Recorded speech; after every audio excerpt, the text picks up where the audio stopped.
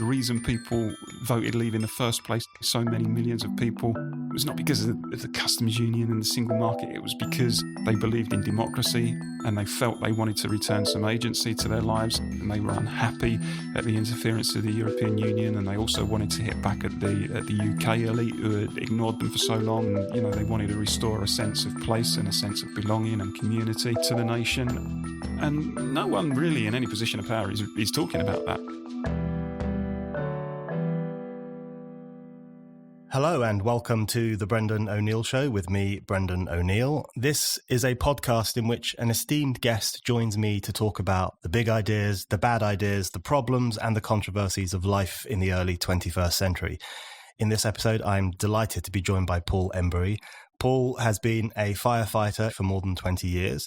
He served on the Executive Council of the Fire Brigades Union, but he was rather unceremoniously relieved of his position after he spoke at the Leave Means Leave rally in Westminster earlier this year, alongside me and others.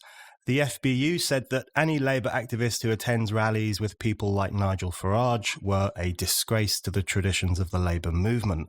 Paul was removed from his position and banned from holding office for 2 years. He appealed, but he lost the appeal.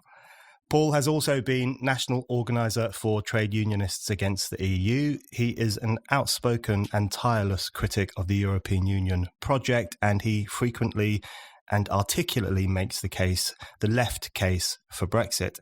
He writes for Unheard magazine. He is a defender of freedom of speech, and he's involved with Blue Labour, the movement that seeks to return Labour to its traditional roots in work, family and community. He also seems to irritate all the right people, which is always a good sign. Paul, welcome to the show. Good to be here. I want to start off by asking you about the FBU situation. I mean, for two reasons. Firstly, just to get to the roots of the specifics of it, what actually happened and why it happened, but then just to broaden it out into what this tells us about where trade unions are at, where the left is at, and what's happening with the left more broadly. So just to kick off with the basics, so it will strike a lot of working people in particular as a bit strange that you have a trade union, and considering the trade unions and the left were, for a long time, very Eurosceptical and often at the forefront of making the case for removing Britain from the EEC and then from the EU, it would strike people as strange that now you have a situation where a trade unionist can effectively be punished and banned and cast out into the wilderness for speaking at a pro-Brexit rally. So can you tell us how that came about and what exactly happened there? The pro-Brexit, pro-democracy rally took place on the 29th of March, which was, of course, the day that we were supposed to leave the European Union originally. And by that time, Theresa May's government had asked for an extension. And so a big rally took place in Westminster to put pressure on the government to get us out of the EU as quickly as possible and to uphold the democratic decision of the British people that was made in 2016. And it was a very good rally. It was very well attended. It was a cross-party rally. There were a number of speakers from across the political spectrum, people on the left, people on the right. But the main theme of it was, look, democracy needs to be defended. People are angry, and it's about time that the mandate given in 2016 was delivered upon. So I made a speech at that rally, and it was, I would argue, a pretty non-contentious speech in many ways. From a trade union position, I think I said pretty much the right things in terms of the reasons that drove so many people to vote leave, in terms of a lack of democracy, a lack of agency over their lives, the impacts of austerity and deindustrialization, and people felt a desire to fight back against the system. But within it, I was specifically critical of leaders of the Labour movement who I felt were in some ways trying to subvert the democratic vote and to stop Brexit from happening. And I said specifically during the speech that those leaders, and it was specifically the leaders of the Labour movement I aimed my criticism at rather than the Labour movement itself. I'm a proud member of the Labour movement itself.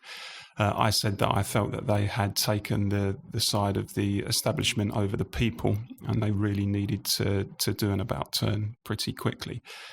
And that was the incriminating statement. It was from that that a charge was levelled against me. A complaint was made by the General Secretary of the Union, an investigation took place, and a charge was levelled at me that in making that specific criticism, I had prejudiced the interests of the Fire Brigades Union, which in 2016 had campaigned for a Remain vote, and as a result of that, I was kicked off of the National Executive and banned from holding office for 2 years.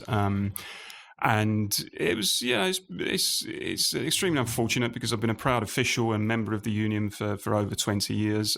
And it is very, very clearly an attempt by the union leadership to muzzle a dissenting voice. Now, there are, of course, a range of different views on Brexit throughout the trade union movement. I accept that there are many people who don't agree with my position, but I think it's right and proper that we have that debate and that we're able to express our arguments freely. And the interesting thing about making that speech was that I actually made it in my own time on a Friday evening. It wasn't made during my working hours for the FBU. There was no reference to the FBU during my speech or when I was introduced. I made the speech on behalf of a group called Trade Unionists Against the EU, with which I've had a long involvement.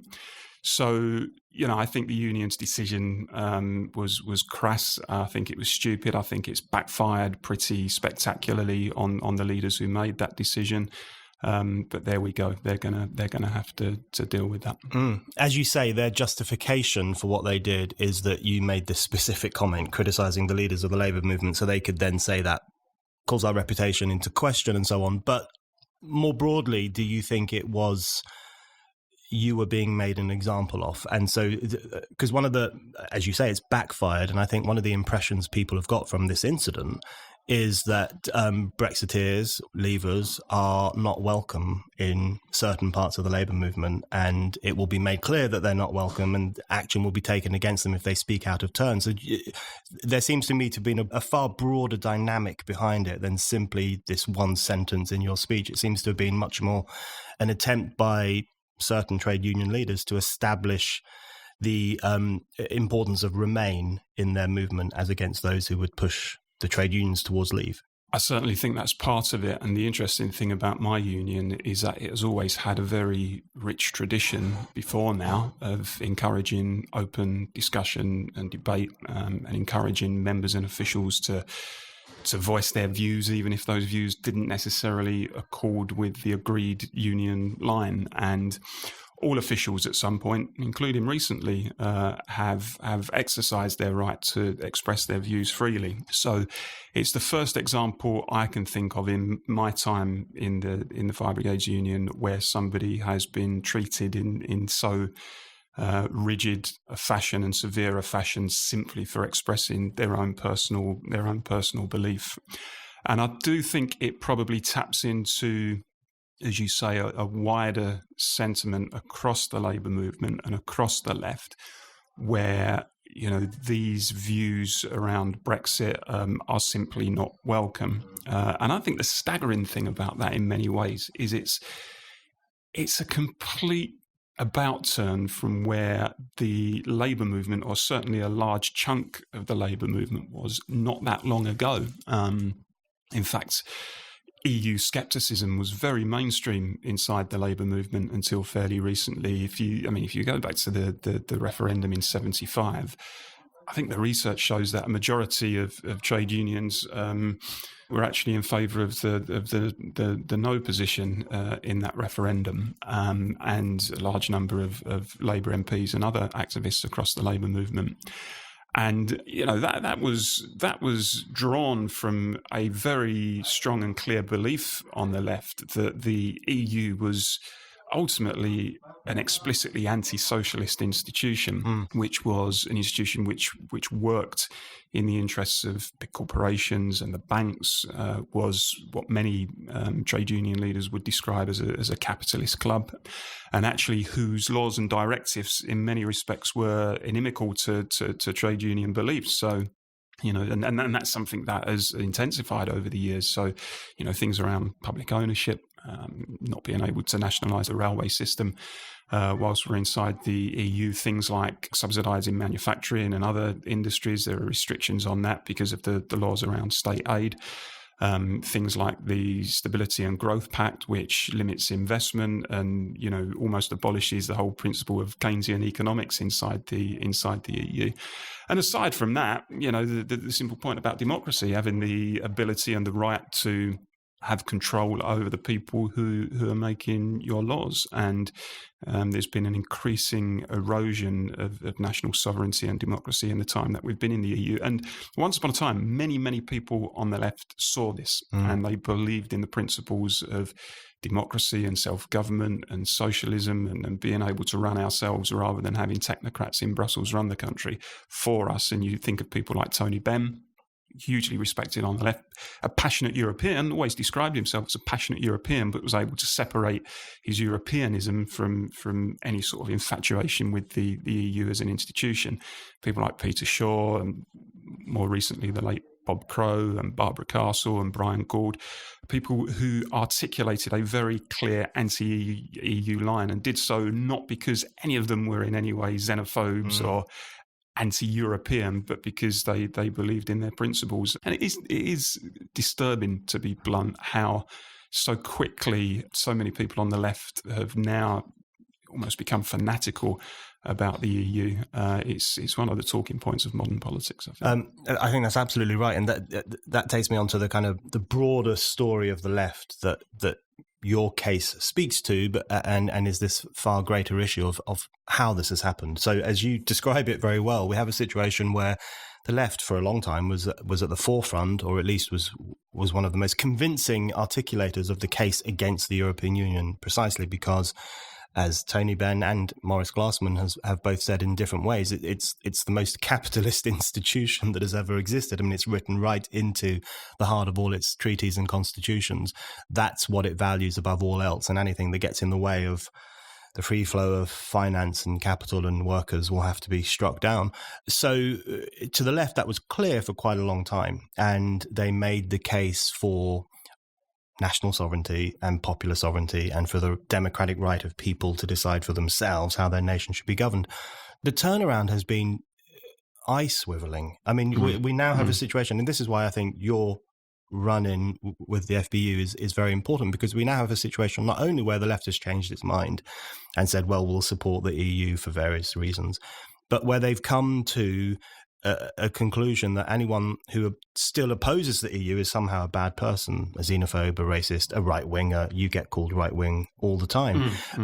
So what explains the dramatic nature of that turnaround? It's not only a change of mind. It's a kind of a situation where the left have gone from being skeptical of the European Union to being almost hateful of anyone who criticizes the European Union. It's been a really unprecedented shift, I think. I think you can probably trace the turnaround back to around the late 80s, when, if you look at the left in this country, and particularly trade unions in this country, they were very much on the defensive around that time. The Thatcher government was still in power. Trade unions in the UK had taken a battering. We'd seen the miners' strike, the NUM, which was arguably the strongest union in the movement at the time, and Thatcher had pretty much destroyed the NUM by the time of the late 1980s, and trade unions, anti-union laws had come in, trade unions had lost a lot of their influence and couldn't see any light at the end of the tunnel. And then all of a sudden,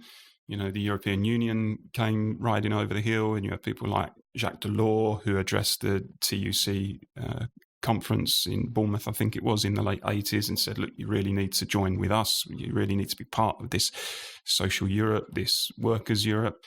And it was, I think, for many on the left, a case almost of any port in a storm. And they've never quite shaken that off. I think also it's probably connected to what I would say is a hollowing out of working class representation in the institutions of the left and in the Labour Party and the trade union movement. I don't think there's any doubt that over the last couple of decades or so, the left, particularly the Labour Party and the trade unions as well, have increasingly followed this sort of liberal, globalist, cosmopolitan agenda, and the people who wield so much influence on the left now are completely signed up to that. And, the number of working class MPs, the number of working class people in senior positions within the trade union movement seems to have tailed off, and I think that's probably had an impact on the thinking as well. And so, with these leaders sort of pursuing this sort of, as they would call it, a progressive, internationalist, liberal, cosmopolitan line, the natural extension of that is, well, we've got this wonderful European institution and we should all be part of it. And, I think many people make the mistake that because it's got the words in the title European and Union, they think automatically, it must be a progressive, benevolent institution, and one that they often conflate with Europe as a continent when the two are actually completely separate. People often forget that half of Europe's nations are not even inside the EU. It's only 28 or will be 27 nations inside the EU. Half of them are not. So the idea that the European Union is synonymous in some way with the entire continent is just wrong. So I think it's certainly the change in the ideology on the left, where it is now much more of a movement which is sort of more middle class, more liberal, more urban, more obsessed with youth, and all of that has led it into this pro-EU position, and the traditional position of many people on the left, which is democracy, self-government, belief in the nation state, belief in our ability to govern ourselves, which is drawn from a sort of sense of patriotism, and belief in things like nationalising railways and some of those more old-fashioned socialist policies have largely been dumped.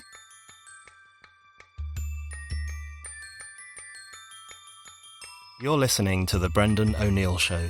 If you like this podcast and Spike's other podcasts, and also the articles and essays that Spiked publishes every day, please think about giving us a donation.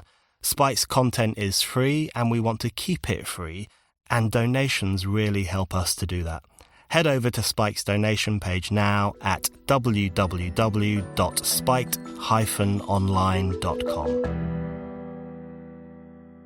I want to come on to the new left that you just mentioned briefly there, because I think you have some very interesting things to say about particularly the woke sections of it, so we can talk about that in a minute. But I want to just, on the broader left's drift towards sympathy with the European Union and with technocracy and globalism and cosmopolitanism and all these other things, which, in my view, I agree with you, they run counter to what we would consider to be traditional left-wing principles and positions. It strikes me that you made an important point there, which is that the decline of working-class representation, I think, plays a key role in that.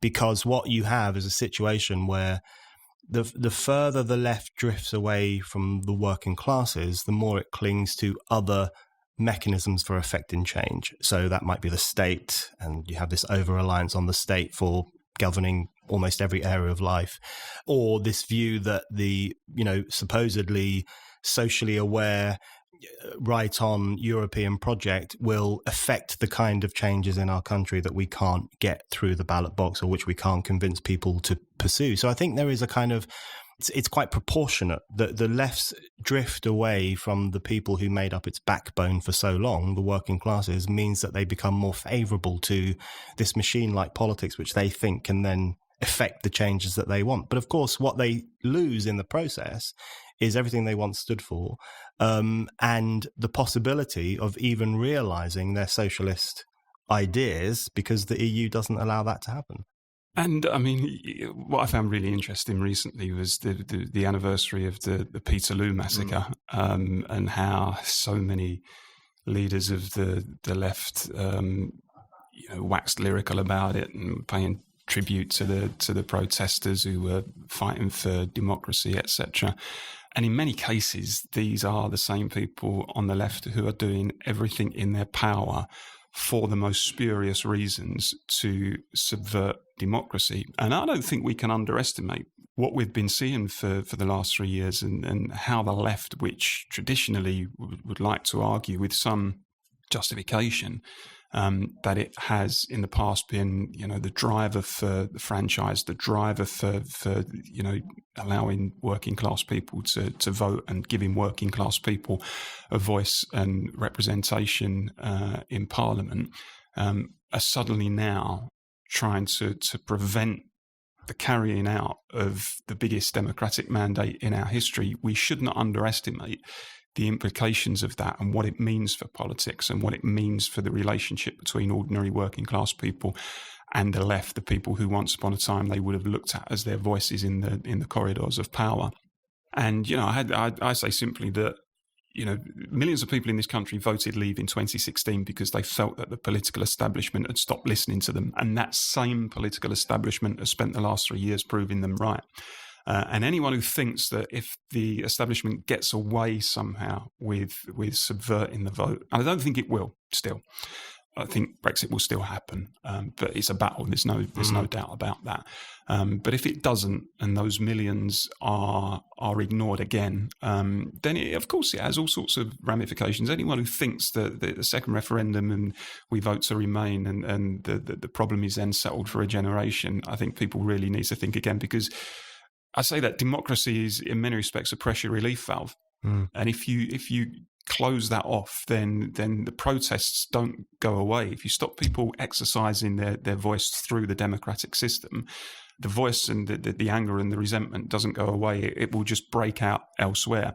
And I think the likelihood of any successful attempt to subvert the vote would be potentially some civil unrest. But I think the other danger, and in many respects it is possibly a greater danger, is that people will be so angry and bitter that they will just switch off from the political process completely. You will just see mass apathy in the country. You'll see mass abstentionism. And in the long term, I think that has much more dangers for our sense of ourselves as one nation, for the democratic process, for civic society. I was speaking recently to a relative of mine, 22 years of age. He voted in the referendum for the first time he's ever voted in anything. And he said to me very simply that if the vote is not delivered upon, he would never vote again. And, we people on the other side of the argument obsess about, youth, youth have had their vote stolen, almost as if youth is just this one homogenous block who all voted Remain in the referendum. Actually, there's millions of young people who perhaps feel the other way and who will be very angry if their vote is not delivered upon. But on the wider point that you mentioned, I think there are millions of people in this country, often in what you would now call those sort of post-industrial areas of the country, across the north, across the Midlands, people outside of the cities largely, people in small town Britain, some of those sort of old industrial towns, and people in our coastal communities, which have been increasingly neglected, who are feeling and have for some years that anger, at that sense of alienation and of not being listened to. These are people who have often suffered under austerity and deindustrialisation and globalisation and the impact of open borders, etc., and a lack of housing, and just feel that the establishment and the Labour Party, their party,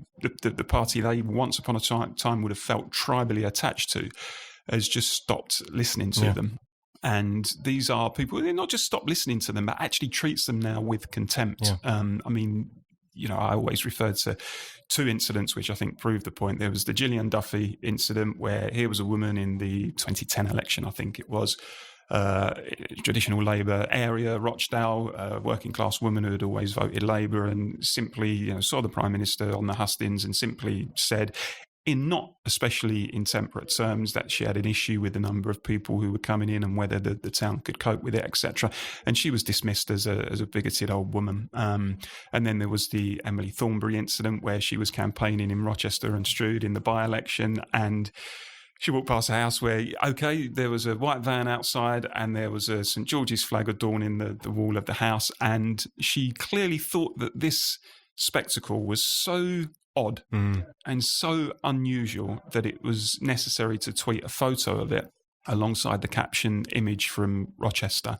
And I think that shows the contempt that large parts of the party, the leadership of the party, who are sort of completely signed up now to that sort of metropolitan, liberal, cosmopolitan agenda, have towards any concept or expression of working class identity or mainstream working class concerns. And I think it's a real problem. And I think there is a crucial debate to be had in our country, and it's not happening at the moment, about the desire of millions of people who are unheard, who, on the one hand, yes, want a fairer economy and want the vast disparities in wealth between rich and poor to be closed and want a more egalitarian economy.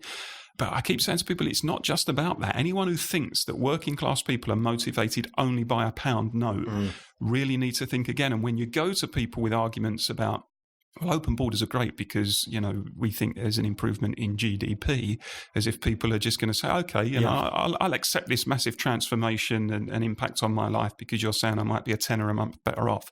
It's almost a Thatcherite argument, though, that people are only interested in money and nothing else. And actually what I detect that millions of people in some of those communities I talked about are demanding is a much more rooted type of politics where their sense of belonging and their sense of place is respected, a communitarian type of politics that has completely rejected the sort of liberal, globalist, cosmopolitan approach which they've been force-fed for so many years. And until somebody takes account of that, and the Labour Party, tragically, I've been a member of the Labour Party for 25 years, but the Labour Party is showing no signs of getting it. It thinks all it has to do is keep hammering on about economic fairness and people will flock to it. The Tories, I don't think, are getting it. No other mainstream party is. And for as long as these people continue to be neglected, that resentment will just continue to build. Yes, absolutely. And your Peterloo point is a very important one, I think. I think one of the most grotesque sights of recent times was all these Ramonas, all these, cultural elite, middle-class Ramonas who have spent the past 3 years trying to overthrow the largest vote in history, then, going off to the cinema to watch Mike Leigh's film on Peterloo and crying, no doubt, in the aisles over the working-class struggle for the right to vote. Really summed up their lack of awareness and how morally repugnant their behaviour sometimes is.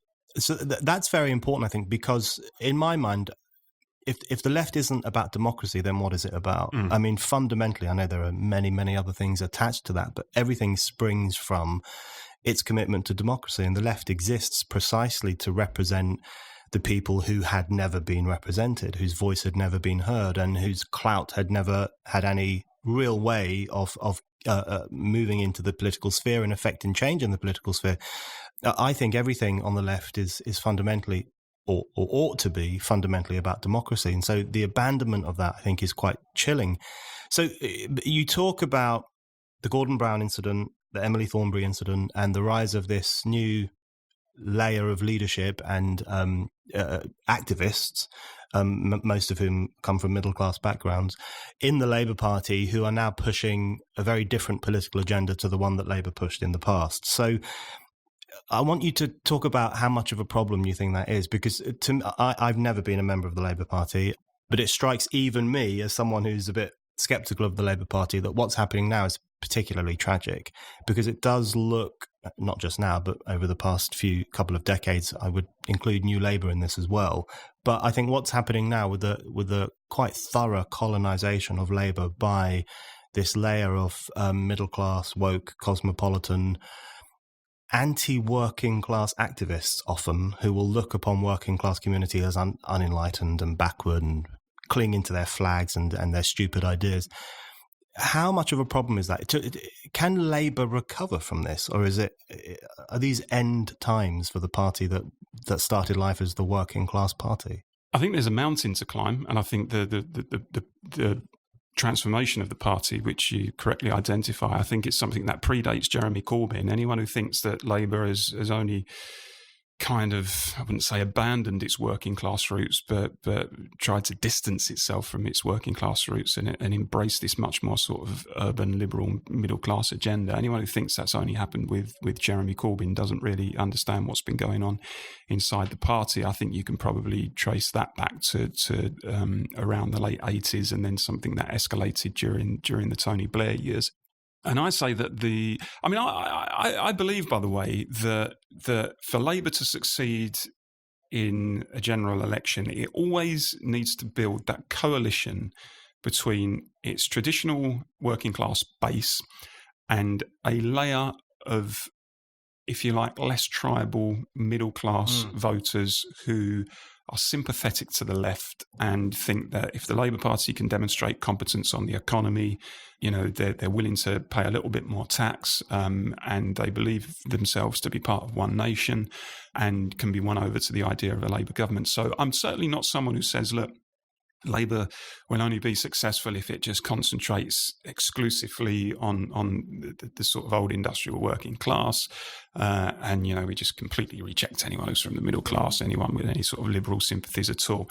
I don't do that. It's important that we appeal so far as we can to both, but it has to be a balanced approach. And the problem for Labour over the last 30 years is it has become so obsessed with one part of that equation to the expense of the other part of the equation. I mean, I put it that the Labour Party is all Hampstead and not enough Hartlepool. That's the problem now.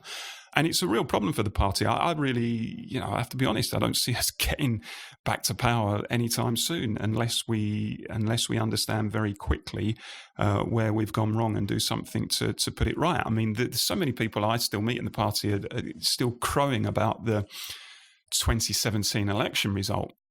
And yes, Labour did much better than many commentators were predicting. But I have to remind people that we still lost, and we're still in opposition after, as it was at the time, 7 years of the Tories or the coalition government, and then the Tories in power imposing austerity. We still didn't manage to win an election in 2017.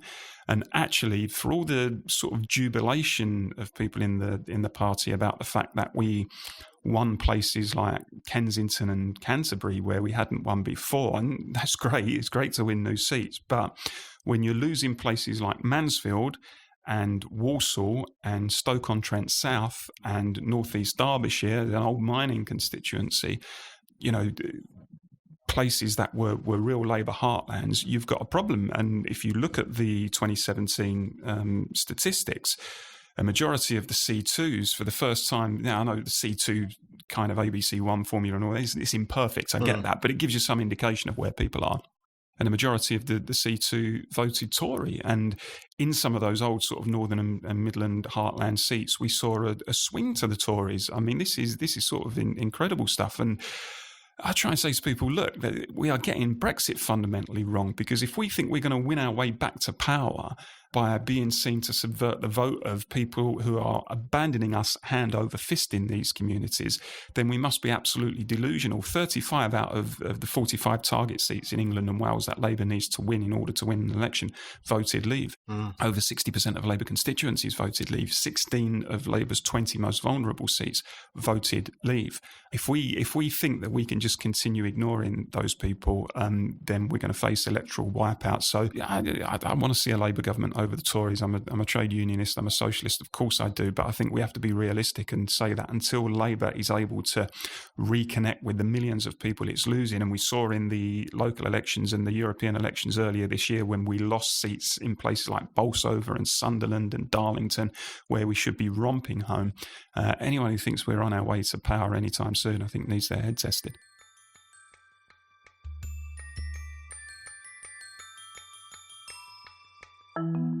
You're listening to The Brendan O'Neill Show. Subscribe now so that you never miss an episode.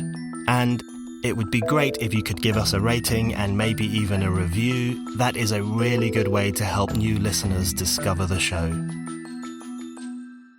It's a fascinating period, historically speaking, for Labour and the Labour movement, because, and I think Brexit is the root of a lot of it, because in many ways Brexit was, all sorts of people voted for Brexit. We know there's posh people, poor people, white people, black people, old people, young people. It was a mixed vote, but it seems pretty undeniable, if you look at the analyses, that the working class vote played a very significant and arguably definitive role in pushing it over the line and making it happen. And that's a vote that became more and more pronounced as the referendum campaign took off and during the referendum campaign as well. And I think it was incredibly decisive. And it was almost like the working classes saying, we're still here. We are still here. We still believe in our traditional values. We still believe in democracy. And we're going to express our agency. And we're going to say this is the way the nation should go. To me, it's entirely in keeping with some of the best traditions in this country, right? From Peterloo to the Chartists to the suffragettes and all those other movements in which downtrodden people stood up and said, I have a democratic voice and I'm going to use it. So it strikes me as an incredibly important historic moment. And then what you have is this really tragic response from sections of Labour, particularly the newer activist wing, saying, well, you can't have that, or we'll have a second referendum. And you have Emily Thornberry dressed up like the European Union flag, saying... she does like some flags. She likes some flags, not the St. George's flag, but she likes the European Union flag. That's right. Yeah. So isn't that just too much of a conflict to be manageable? That's the thing I wanted to ask you, because how is it possible? I agree with what you've said about it's important for Labour to appeal both to its working class voters and also to middle class people who might have liberal leanings but who are favourable towards certain Labour ideas. Labour has done that and sometimes done it quite well. But surely this tension cannot be contained within one organisation, a tension between a cosmopolitan elite who look upon working class people with contempt and think Brexit is effectively a fascistic act, and ordinary voters who think Brexit is a chance to recover democracy and expect the political class to make it happen. How is it possible for those things to be held together in the same party? It's very difficult, but I would argue that those of us of my particular persuasion need to continue making the argument. I mean, there's been times in the past where, you know, the death of the Labour Party has been predicted. If you think, you know, the early 30s, etc., when it almost went out of business, and Ramsay MacDonald went into a national government with the Tories, and then in the early 80s when we were pretty much annihilated by Thatcher and people, you know, some people were looking for alternatives. I always believe you have to be where the movement is. You have to be where the institutions that represent workers, and, you know, I use the word represent probably a bit loosely, nonetheless where they are in terms of their political arm, in terms of, you know, where they get their representation in Parliament. And for me, that remains at the moment, nominally at least, the Labour Party, but respecting that there is a huge battle to be had inside the party to pull it back and to recast it as some kind of proud voice of working people. And that's, you know, that's really difficult. I share the assessment about Brexit and the working class. It was a genuine democratic revolt. Mm. There's no question about that in my mind. It was a huge democratic exercise, the like of which we've never seen before. 33 million people voted because they felt all of a sudden their vote was going to count in a way that it often doesn't. They feel in general elections, that they could really affect change, that they could really send a shockwave through the status quo, that they could really shake up the political and economic status quo inside this country, and did it. I describe it as something like a general strike. We haven't had one since 1926, but it was something fairly close to it. And what I mean by that is in the sense that people knew that if they voted Leave and Leave won, it would probably create turbulence inside the country. It would cause some turmoil. It would fire a shot across the establishment. Many of them would be demonised for it. Some of them probably felt that in the short term, at least, it might even hit them in the pocket, that they might be a little bit poorer in the short term, but felt that it was a price worth paying if it made their political masters finally sit up and take notice of them. And in exactly the way workers do when they go on strike. They know it might hit them in the pocket. They know it's going to create turbulence in the organisation. They know they're going to be demonised, but they're doing it because they're hoping in the long run it creates something different. It sets new conditions. They might get a pay rise. They might get better working conditions inside their company. And it's something that they're prepared to gamble on. And I felt that was the sentiment that drove much of the Leave vote inside the country. And it was broadly, I mean, I have this debate with people on the left who use the most spurious research and statistics to try and pretend that Brexit was really a middle class vote and, you know, most working class people voted Remain. It's complete crap, frankly. If you look at again, you know, something like 2/3 of the C2s voted Leave. The data shows that the further you went down the income scale, the more likely it was that people voted Leave. If you look at some of the highest Leave votes in the country, particularly in England, they were in those areas that we've talked about, those poorer post-industrial areas where people are really feeling the pinch in terms of, pressure on local services and wages, etc. And people were really looking for a reason to fight back.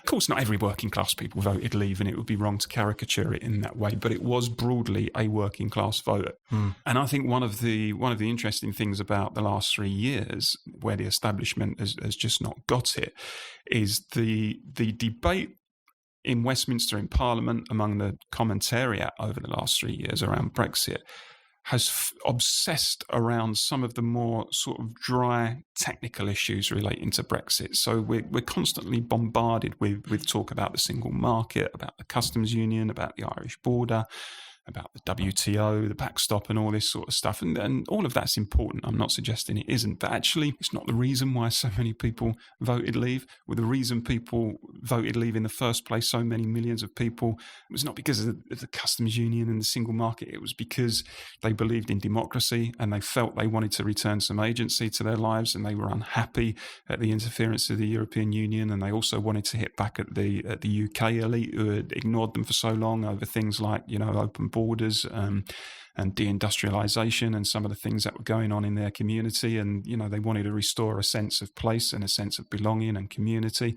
to the nation. And no one really in any position of power is talking about that particularly. I mean, there are some people, siren voices, who are doing it. I had a good conversation with Stephen Kinnock, the MP at Labour conference a couple of weeks ago.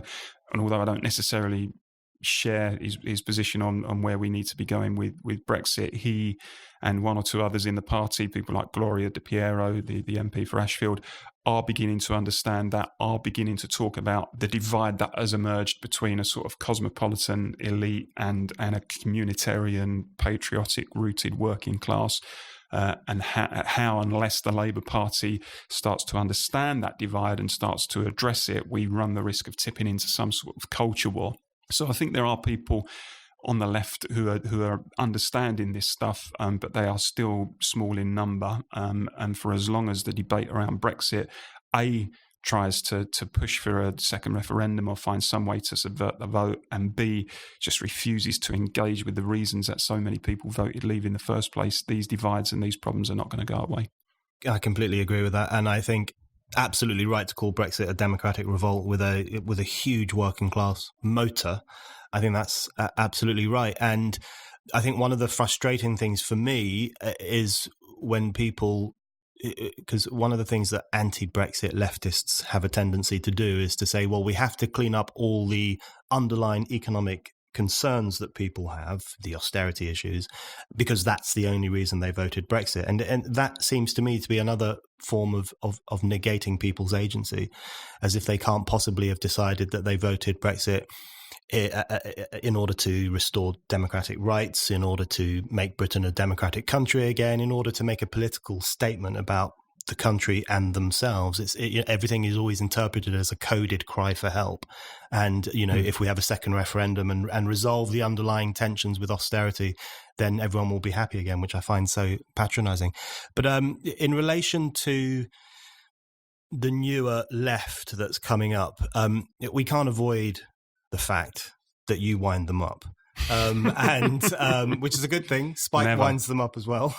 And they are so easy to wind up. They're very easy to wind up. They're very tense and easily offended. If you look at some of the Corbynistas like Owen Jones and Ash Sarkar and some of those people, I mean, they don't like you very much. And I mean, they say outrageous things about people like you. So they will compare your slogans to, the fascist cry of soil and blood and all that crap. But I think one of the things I wanted to ask you about in relation to that section of the left who are unfortunately quite influential is the role that identity politics plays in all of this, because that seems to me to be one of the rallying cries of this new middle class left, is the idea that identity politics is everything. And, racial correctness or respect for transgender bathrooms or this feminism, which becomes actually quite a policing dynamic and wanting to control the relationships between the sexes rather than the more positive demand for female equality of the past. All those new political positions, which seem to me to run directly counter to class politics and to a sense of common values and common beliefs, in a sense that people can come together regardless of their background or regardless of their sex and regardless of their race, if you have a vision of the nation and the community and social solidarity. So how do you see identity politics, and do you see it grating against the old left-wing view that social solidarity is a preferable way to organise society? Yeah, it's completely inconsistent with the traditional position on the left that actually you want to build the widest possible consensus and understanding between working class people, because in doing that, in building solidarity between people and concentrating on, you know, what unites people, then obviously you're stronger and there's more chance that you're going to be effective in fighting back. And this attempt to sort of force us into our own little corners according to biological traits just seems to me to be completely counterproductive. And by obsessing on some of this stuff and fighting these constant identity wars, you know, whether it's around gender or whatever, what we're doing is creating barriers between people.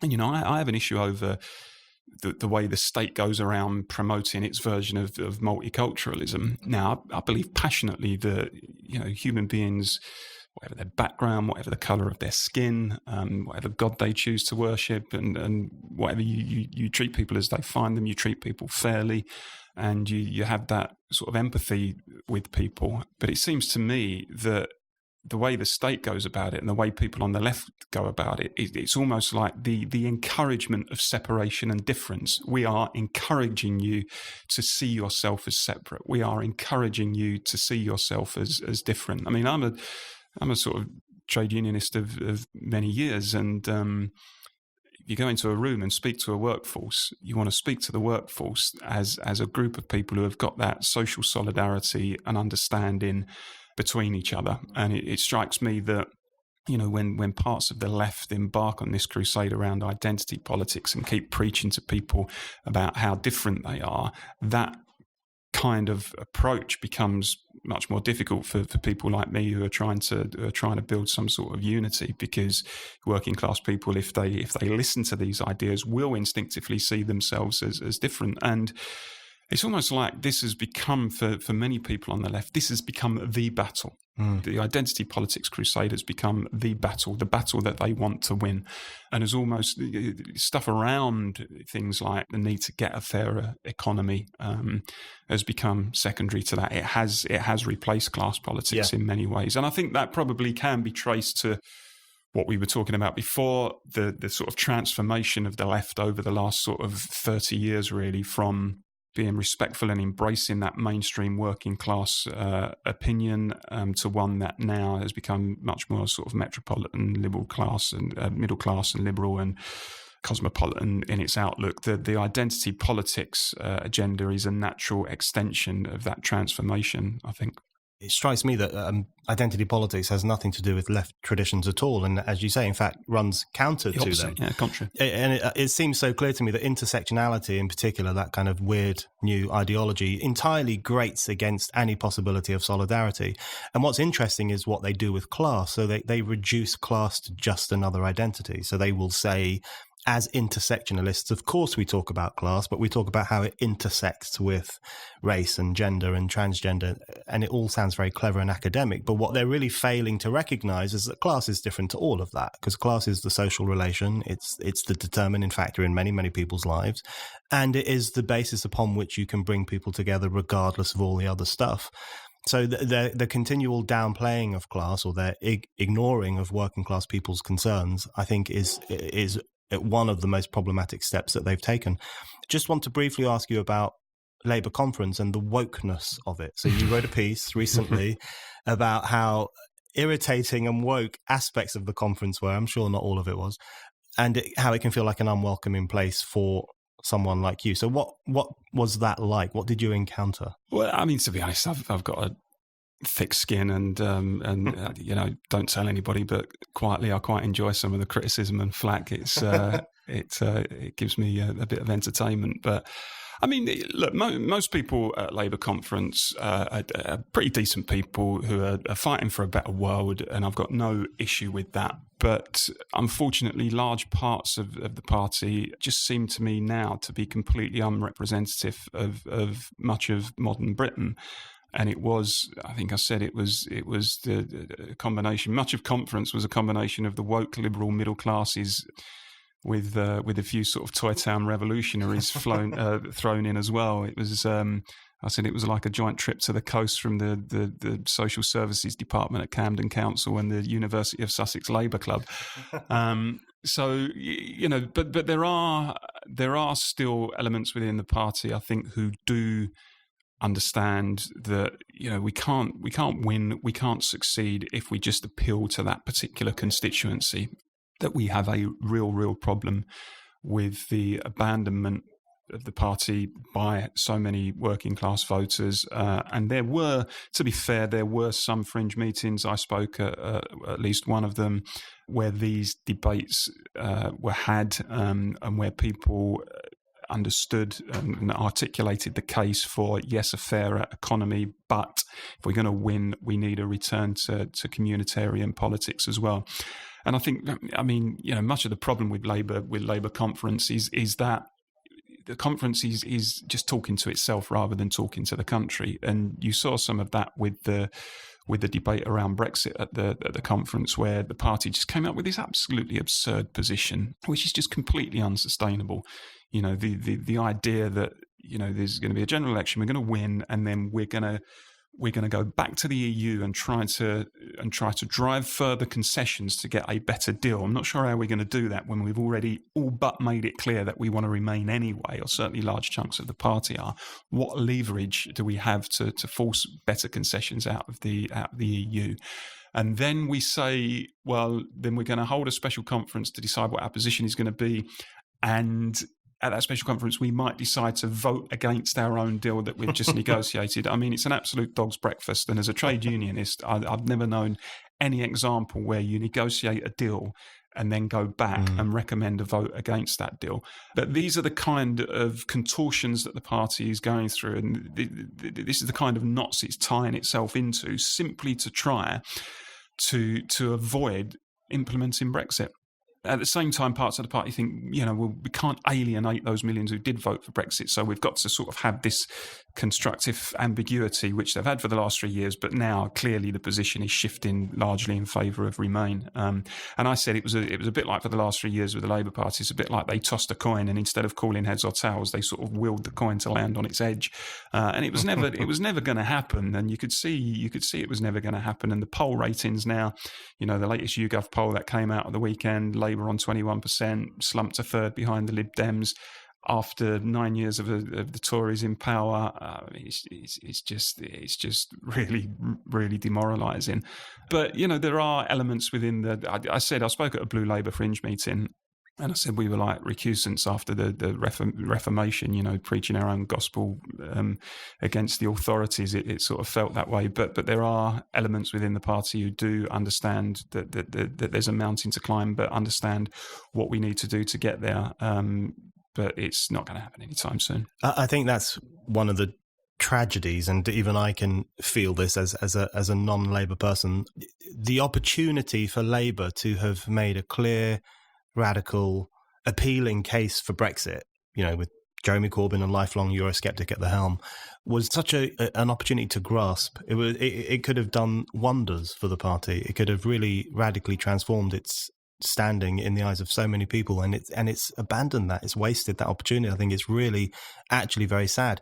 I think you're used to the phrase Toy Town revolutionaries is perfect, and the reason it is because one of the things I find really funny about those people is that a revolt has taken place in this country, a democratic revolt, a peaceful revolt, an implacably anti-establishment revolt by the people.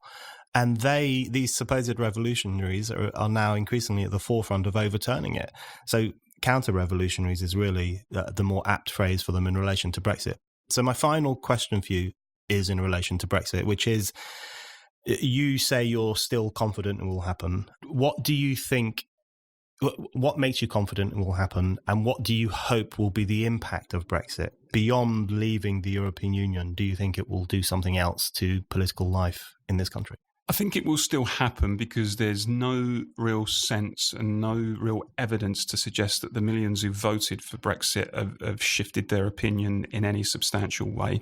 And for as long as those millions hold the line, I think it becomes very difficult, despite their best efforts, it becomes very difficult for the establishment just to keep a lid on it and to say we're not going to do it. I mean, I've got huge differences with Boris Johnson, and I'm no fan of the man at all. But I think, there is clearly now a desire among the government and among the cabinet to get it done. Again, there's no guarantee that they'll have their way, certainly not in the short term, but in the long term, I just think that such is the desire among those millions who voted leave to make sure that their democratic will is carried out, that they are not going to go away.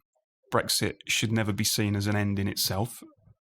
I understand that, even if we get Brexit, someone on the left, we're still going to have a Tory government in place. We're still going to have a Tory government that presides over an unfair and unequal economy, that tries to cut workers' rights and all the things that they've traditionally done.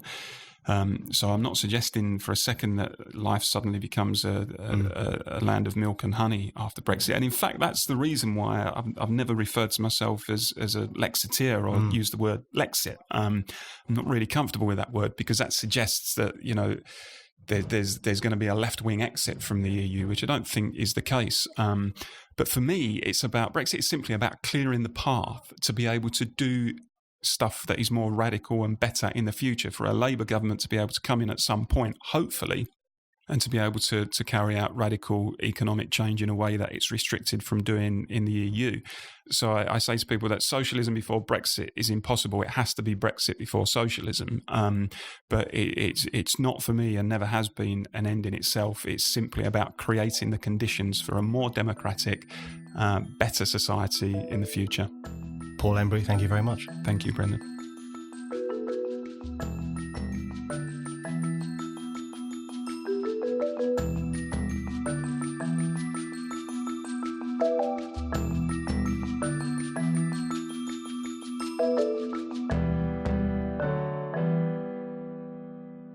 Thank you for listening to The Brendan O'Neill Show.